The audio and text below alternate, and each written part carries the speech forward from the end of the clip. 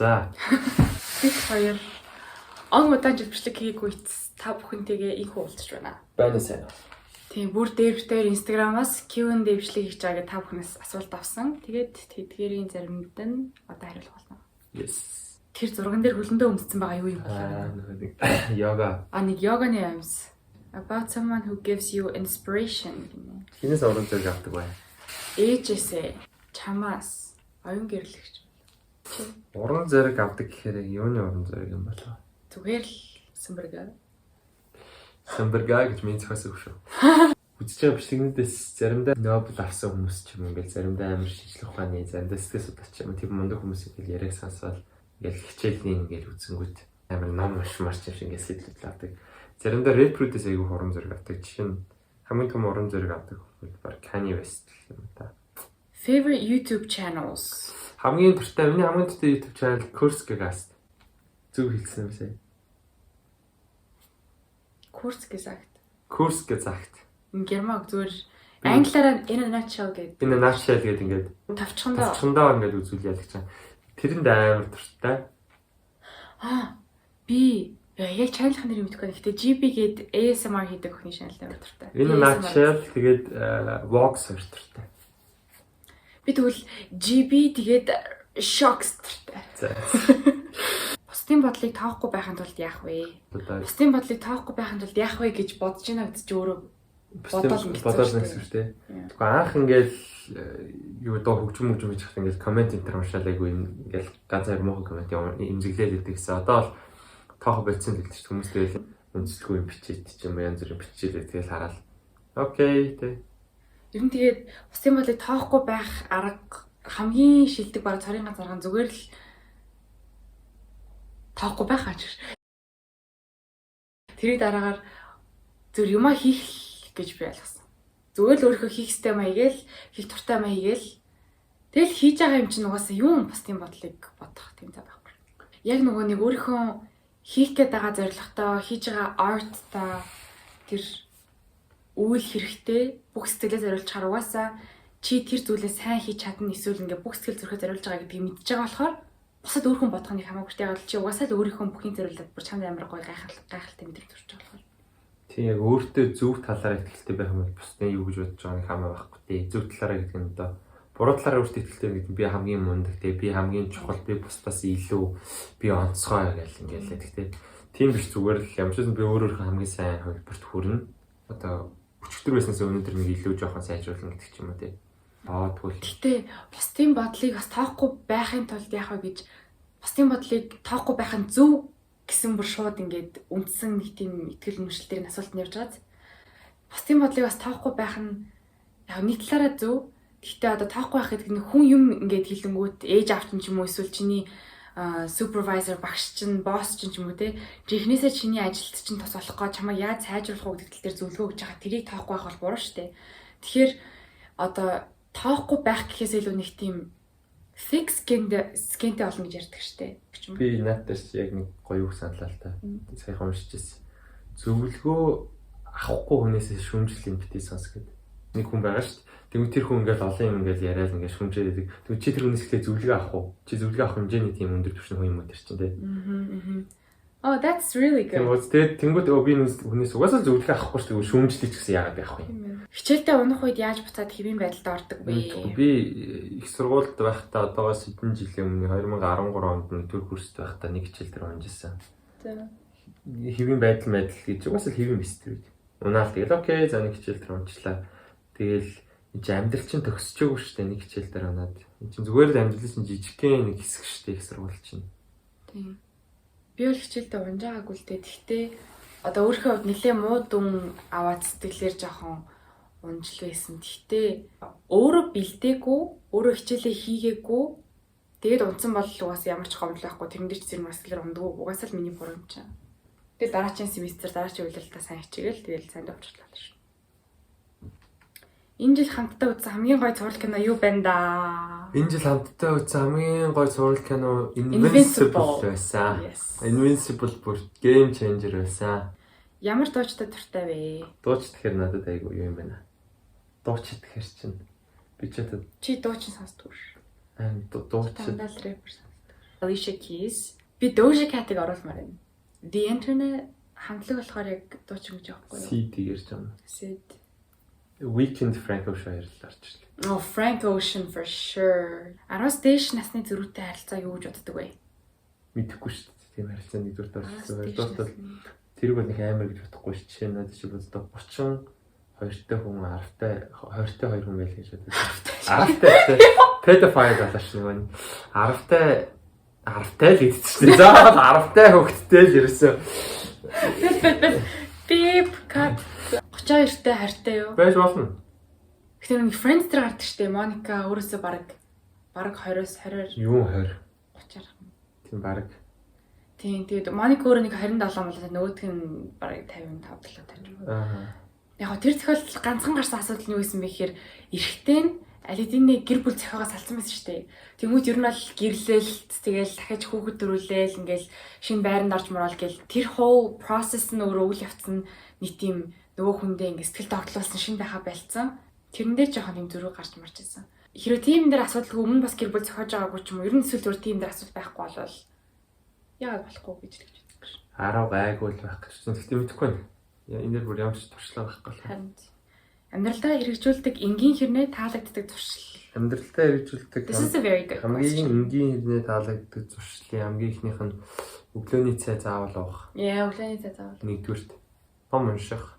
Энэ өдөө зуршил хөвгөө юу хөө битэр нэг ийм pop culture-аас хоцорчихгүй хан шиг тий. Их шинээр гарч байгаа яг хамгийн ийм шинэлэг сайн гэсэн одоо цуврал анимашн юу гэдэг кино болгоноос хоцрохгүй үзэж байгааг хэл боддог та. Дуу хөгжмөндөр ч гэсэн. Дуу хөгжмөндөр ч гэсэн шинээр гарч альбом. Ер нь айгу тийм up to date байхыг зорддог. Миний туршил юу? Bullet journal. Тийм ээ. Нийгэмд bullet journal гэж нэг тийм амар гоё ингээл зураал цэгцтэй тийм гоё тэмдэглэл хөтлөх гэж явдаг. Гэтэ би тийм бол хийдгүү зүгээр амар энгийн to do list хийдэг зүгээр л ингээл хавбалаараа бичээл хийсэн бол чагтлал хийгээгүй бол эсвэл хойшлуулсан бол ингээл тэмдэглэлийн энтертэй. Тэр бүр миний амьдралд амар чухал.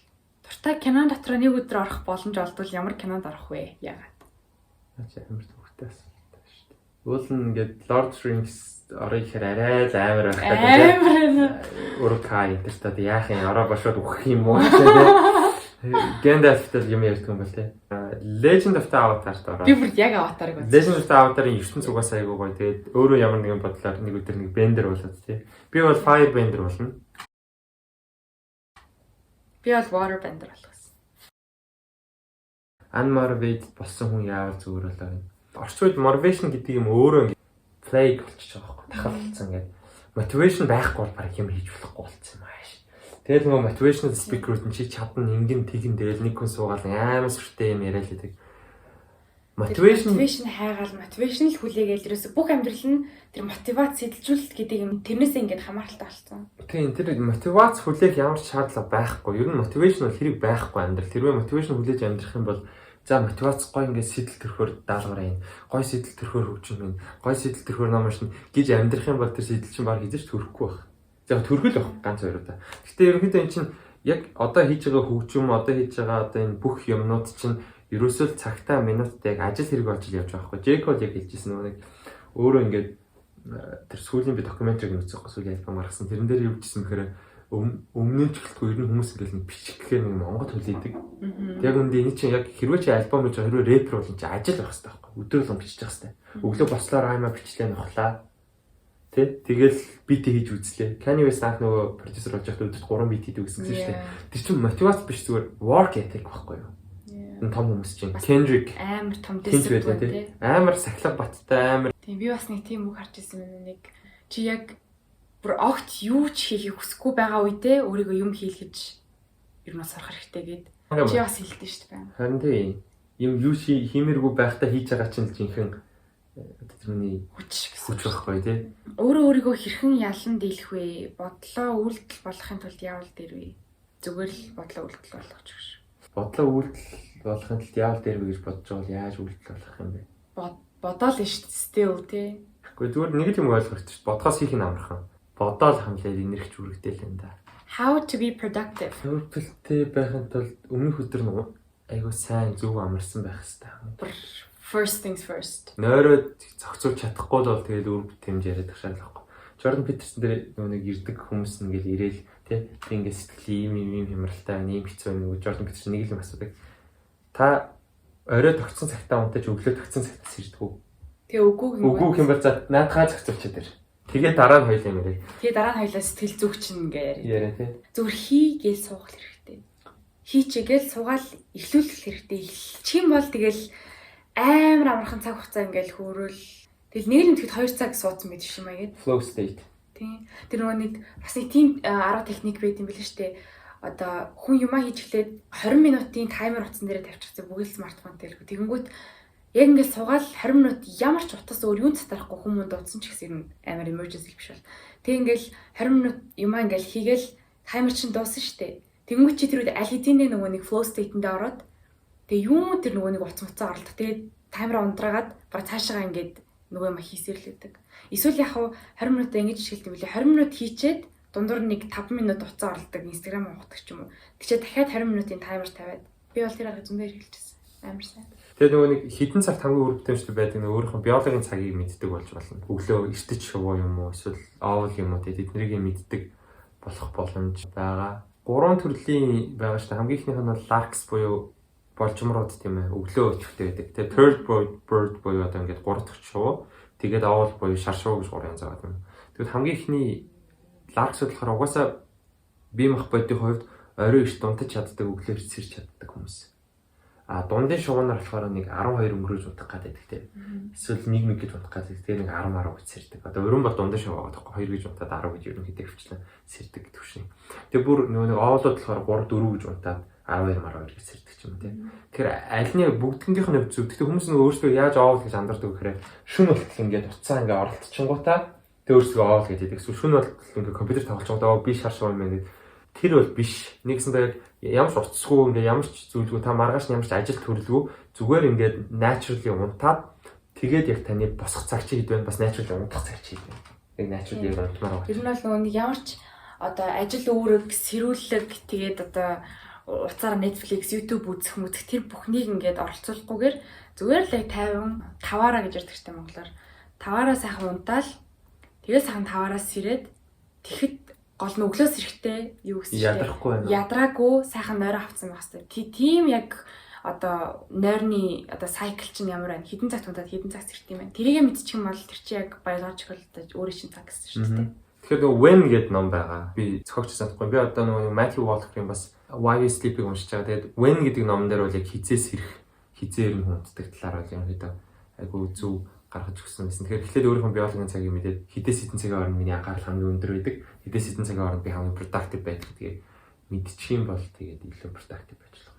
Өөр productive байх орчин нөхцөл бас чухал гэж байна.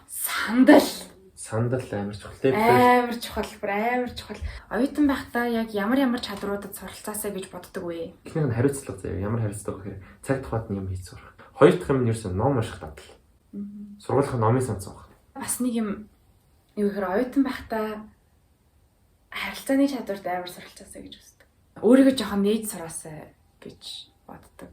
Яг нээлттэй угаасаа биш хүмүүс гэж байна л та ер нь бол. Тэгтээ төгсөөд яг ингээд ажил хэрэг мөнгө төгрөг тийм одоо serious business руу ороод эхлэхээр ярьж чадахгүй болол ер нь тэр хүнтэй бараг хинж ажиллахгүй. Чи зүгээр л чив чимээгүй тэгэл бусд руу ингээл мухаарчаад ч юм уу эсвэл зүгээр л ингээл ямар нэгэн байдлаар тэр нөгөө хүнтэйгээ cooperation нэг тийм гоё communicationтэй харилцаа тийм юм мэдрүүлж чадахгүй бол тэр ажлын одоо үйл явц чинь тэр ер нь ингээ бүх operation чинь нэг тийм уур амьсгал нь сонирн байдаг. Энэ бол ямар нэг юмний vibe гэж ярьдаг шүү дээ бид нар ер нь бол тэр ажлын уур амьсгал atmosphere чинь ямар байх чинь ерөөсө харилцаанаас чинь шууд хамаардаг.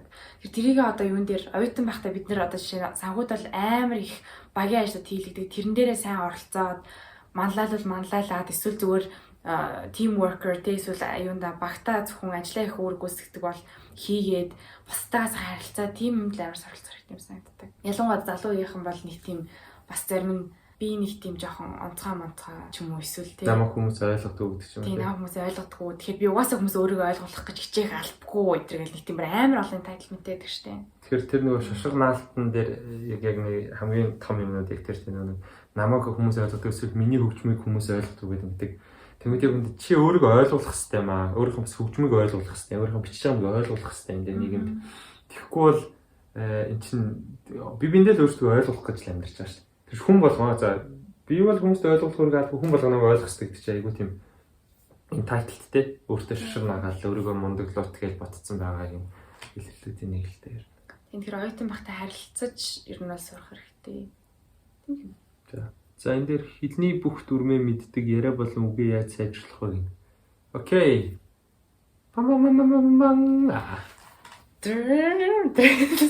Хэлний бүх төрмөд мэддэг гэдэг яриа болон үгээ яаж сайжруулах гэж байгаа юм шүү дээ. Үг мэдэхгүй байна гэдгээс шалтгаалаад ярьж чадахгүй байгаа юм л да. Тэгмүүд бас ярьж чадахгүйгийн шалтгаан нь бас юу гэхээр ерөөсөө уншдаггүй. Тэгээ тэрийг ерөөсөө ашигладаггүй. Унших юм бол одоо тэр дүрмүүд чинь ялангуяа бас өвгнүүд чинь яаж өгүүлбэрт зөв зэгцтэйгээр ашиглагдсан бэ гэдгийг харж штеп. Тэгээ тэнцэнээсээ сурах ёстой байхгүй бол нь бол яг энэ хоёрыг яг нийлүүлсэн юм ингээ битээр яг өнөөдрийн бичлэгэн дээр дундуур нэг юм хөрхэн айд явах хэрэгтэй. Энэ дээр уус яг таарсан асуултанд тэгэхээр энэ дээр нь хариулаад хэлчихье.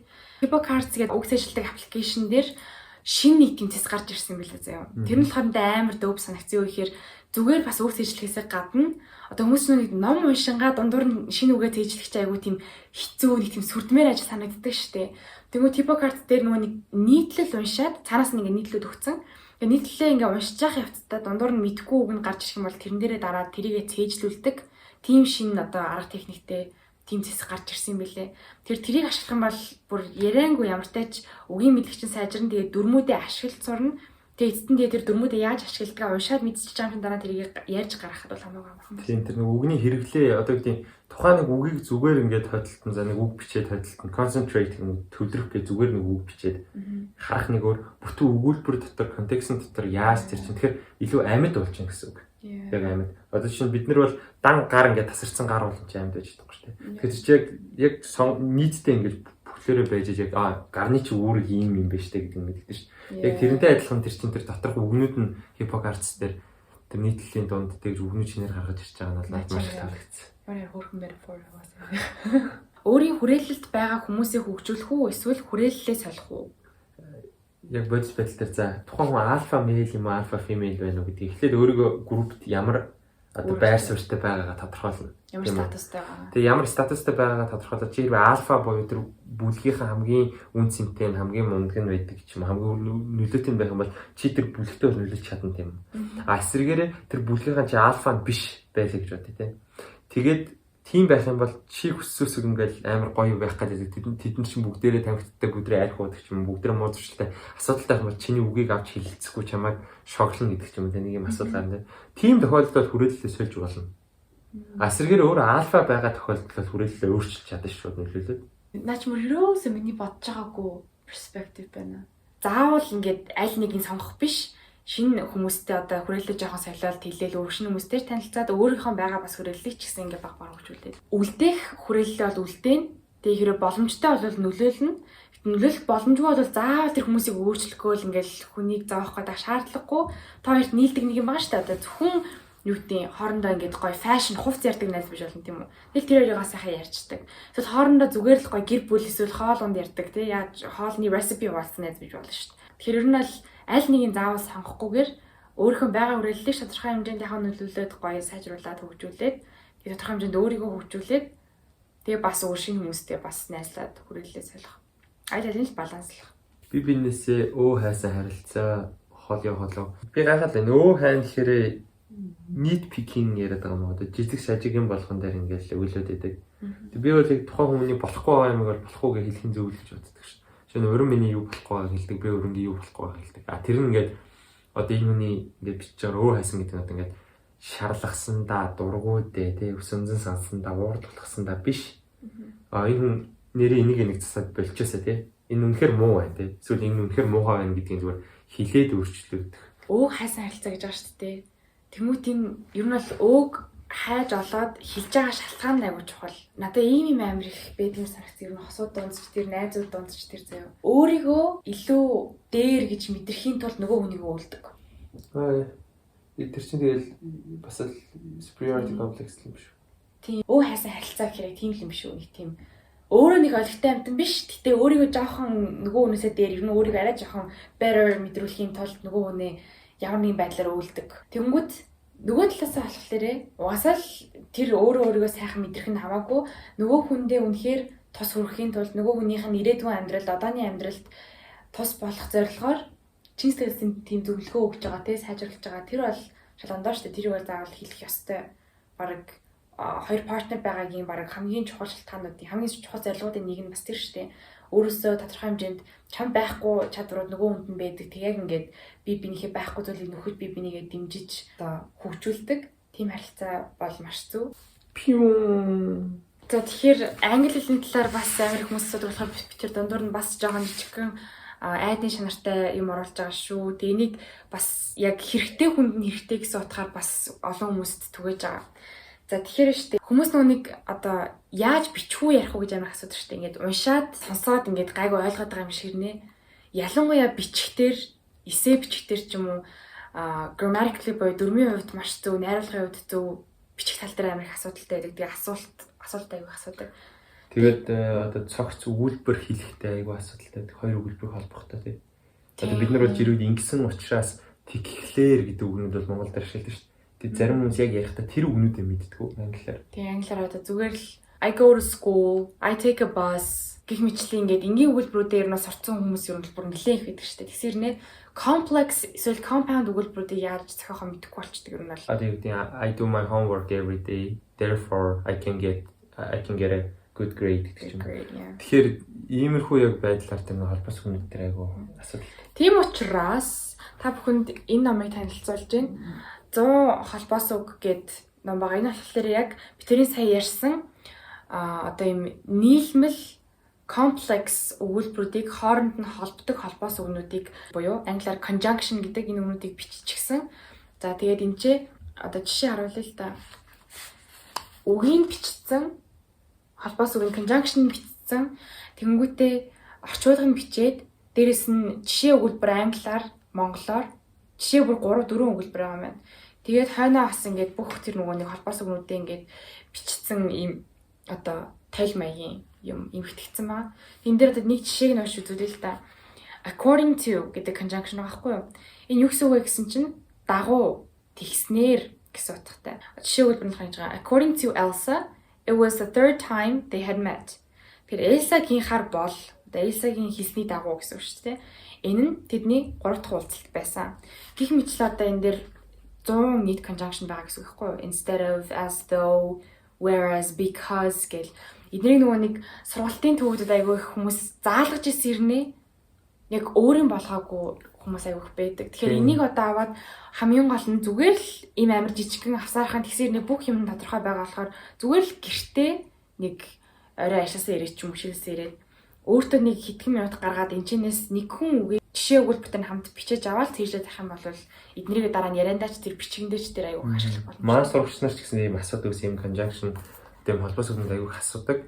Тэгэнгүүт одоо жишээ нь мэдээж энэ үгнүүд бол ингээд интернетээр аваад байгаа хэрнээ яг давхар үг болгоныхын нөгөө нэг монгол орчуулгыг ингээд толдоод ингээд явна хэрэг аюу төвхтэй.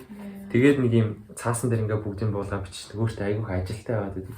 Тэгээ яриа болон бичихдэр энэ бол их зайлшгүй шаардлагатай ном байлээ. Тэгээд нэмэлт хэд энэ харагдах байдал надад их таалагдсан. Амар минимум Арай минимум болсон. Нэ хит empathyтай үед өөрийгөө хамгаалахын тулд boundaries хэрхэн тогтоох вэ? Ер нь бол хит бусдын оронд өөрийгөө тавиад хит одоо тийм инэрэнгүү зан чанартай байгаа тохиолдолд яаж одоо тэрнийхээ хил хязгаарыг тогтоогоод өөрийгөө хамгаалахыг гэж байна л та. Энэ бол нэг эрэгтэйчүүдэд бол нэг айхтар амралтай асуудал биш үү? Энэ бүр надад бүр амар бүр миний дотор юм гэсэн.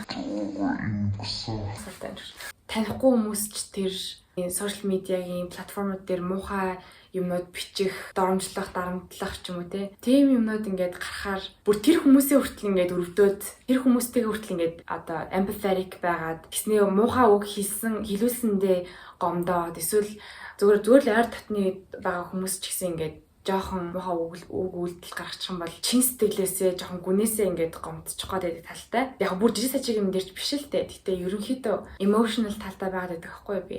Би бол энийг хүнд би өөрөө гай тарихгүй бол ер нь бол emotional нэг тийм амар хорж мороод байх хэрэггүй гэдэг дүгнэлт надад хүрчээд байгаа. Одоо хүнд гай тарих emotion ч юм бол жишээ нь уур хилэн биш тэ. Хатаа хорсол. Ууралж байгаа үедээ шууд тэр эмоцтой автаад үг үйлдэл гаргах. Тэрийг бол нэлээд хянах гэж дандаа хичээдэг. Эсвэргээр хүн намайг гомдоогоод би би чинь уйлмаар санагддаг ч юм уу гомдоод ингээд чин стрессээ сайд байгаад ах юм бол тэрийгээ зүгээр тэр чигтэн л байлгадаг. Тэгээд тэгжээж тэр чинь өөрөө emotion чинь ингээд дотроосоо ингээд янз бүрийн chemical-ууд ингээд гаргаад чамайг уйлуулахыг хүсэж штэ. Because that's healthy for you. Бүр би махад чи өөрөө чамайг ингээд одоо уйлаа гэд ингээд цаанаасаа уйлуулж байгаа бол тэрийгээ уйлах хэрэгтэй. Одоо хамгаалах гэдэг нь одоо хүн чамаас өөдөөс чинь ингээд муухай үг хэлэнгүүт чи одоо юу юм уу ингээд шууд тэгж хамгаалах биш. Зүгээр л тэрийг за тэр хүн муу юм хэлдэг юм байж чи тэгээ сонсчт юм байж гол нь дараа нь тэрийг сэтгэл дотроо өөрийгөө аягүй тийм shieldтэй хамгаалттай тэгээ сэтгэл зүгээрээ түрүүний хэлсэнчлэн амар thick skinned болох хэрэгтэй л гэж би өөртөө дүнсэн. Хүмүүс муухай үг хэлж лээдэг тэр муухай үгийг бол уус зогсоох ямар ч арга байхгүй. Marcus Aurelius-ийн хэлсэн нэг quote гэдэг штеп. Бусад хүмүүсийн муу мухагаас нүглээс чи зүхтаах боломжгүй. Харин өөрийнхөө муу мухагаас нүглээс зүхтаах боломжтой. Тийм байхад зүхтаах боломжгүй бусад хүмүүсийн нүглээс цутаах гэж оролдох нь ер нь бол тэнэг хэрэг гэж байгаа байхгүй. Тэрний орн өөрийнхөө нүглээс ангичих нь хамаагүй амархан бас боломжтой. Дуу хийх явцаа влог хийж болох уу? Өрөнд яаж mix master хийж байгааг хармаар байна. Бүтээр угаасаа ер нь бичлэгнийхаа төлөвлөгөөнд хөгжим яаж хийдэг талаараа дэмжлэг их төлөвлөгөөтэй байгаа. За